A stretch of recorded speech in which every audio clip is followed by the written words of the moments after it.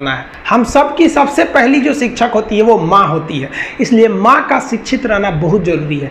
अगर कोई शिक्षित माँ है तो वो कभी भी अपने बच्चे को शिक्षा से दूर नहीं करेगी। मेरा ये हरगिज़ कहना नहीं है कि जिसकी माँ अशिक्षित है उसका बेटा पढ़ा लिखा नहीं होगा। मेरी माँ आज भी अनपढ़ है, आज भी उससे एक रोटी मांगते हैं ना तो वो 2 रोटी दे देती है। दुनिया की सबसे अच्छा अलार्म जो होता है वो माँ होती है। आप कहिएगा सुबह 7 बजे उठाने के लिए, वो आपको 6 बजे ही उठा देगी और कहेगी बेटा 8 बज गया। आपको इस दुनिया में आपको सबसे बेहतरीन ढंग से जानती है कोई तो आपकी माँ। वो और दुनिया से आपको 9 महीने पहले से जान रही होती है। कहा जाता है कि मेरे नसीब में एक भी गम न होता अगर मेरी तकदीर लिखने का हक मेरी माँ को मिला होता है। माँ बचपन से पाल के बड़ी होती है। आइए यही ना है छोटका, बड़ा होके क्या बोलेगा, माई वाइफ माई लाइफ। गजब बबुआ गजब, इतना उम्र पे छोड़ दी रहती माई ना तो कुत्ता नोच के खा गया रहता, बड़ा होके कहेगा माई वाइफ माई लाइफ। कभी भी माँ बाप से आप ऊंचे आवाज़ में बात नहीं कीजिएगा, वरना आपको शिक्षित कहलाने का कोई अधिकार नहीं है। और बाप जो होता है ना, बड़ा खुददार इंसान होता है, कभी बोल नहीं पाता है। माँ तो बोल भी देती है ना, बाप बोल नहीं पाता है। जेब खाली रहने के बावजूद मैंने बाप को कभी ना कहते नहीं देखा। इस दुनिया में बाप से रईस इंसान मैंने नहीं देखा। लेकिन इन दोनों को कहते हैं कि आप अपने बच्चे को जी जान से प्यार कीजिए, उसे सोने का निवाला खिलाइए, लेकिन उस पर नज़र रखिए दुश्मन की तरह क्या कर रहा है, वरना एक दिन बिगड़ जाएगा। माँ बाप भी लड़कियों को भेजते हैं हॉस्टल में पढ़ने के लिए।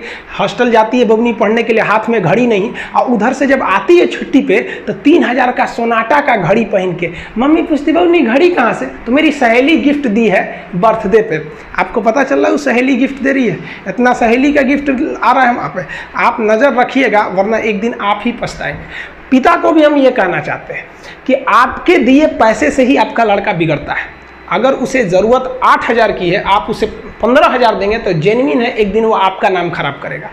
पैसा ही इंसान को ज़्यादा बिगाड़ता है। उसको लिमिटेड दीजिए जितनी उसकी ज़रूरत है, उससे एक्सेस दे दीजिएगा तो वो फिर बिगड़ेगा। और माँ अगर बेटियों पे ज़्यादा नज़र नहीं रखिए तो फिर वो भी बिगड़ेगा। नज़र रखिए जब तक वो कामयाब नहीं हो जाता। जब कामयाब हो जाएंगे तो उनके अंदर खुद समझ में आ जाएगी कि क्या मेरे लिए सही है और क्या गलत है। भौतिकवादी इस समाज में भाई भाई में तकरार बढ़ते जा रहा है, ये सबसे गलत है। रावण जैसा शक्तिशाली व्यक्ति हार गया क्योंकि उसके पास उसका भाई नहीं था, और राम जी ने रावण जैसे विशाल लंका के स्वामी को ध्वस्त कर दिया क्योंकि राम जी के पास उनके भाई लक्ष्मण का साथ था। इसलिए आप भाई भाई एक होकर रखिए। बड़े भाई का कुछ कर्तव्य होता है, आपको सबसे ज़्यादा त्याग करना पड़ेगा। बड़े भाई का कहीं पे भी घर में कहीं पे भी पैसे लगेंगे तो ज़्यादा लगेंगे, मेहनत ज़्यादा लगेगा, सब कुछ आपको ज़्यादा करना पड़ेगा। ये दुनिया का दस्तूर है।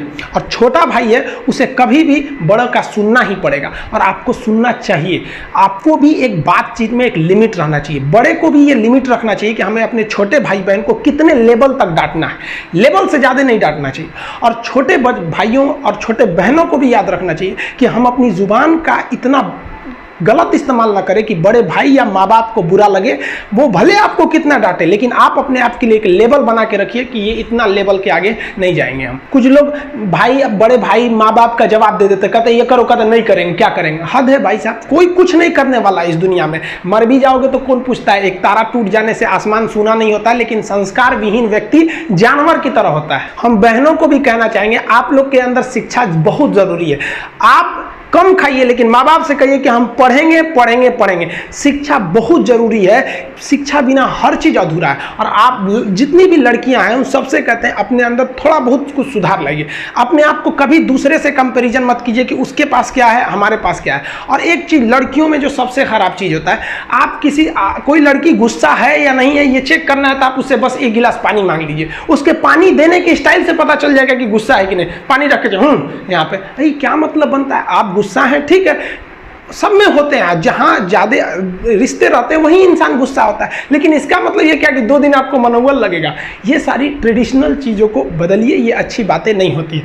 लड़कियों लोग को भी थोड़ा सा गंभीर बनिए। होता क्या है कि लोग कहते हैं ना कि एक लड़की को कोई बात अगर कह देंगे ना दूसरे को मत बोलना, वो उसको भी बोलेगी और उसको भी ये बात बोल देगी उसको मत बोलना।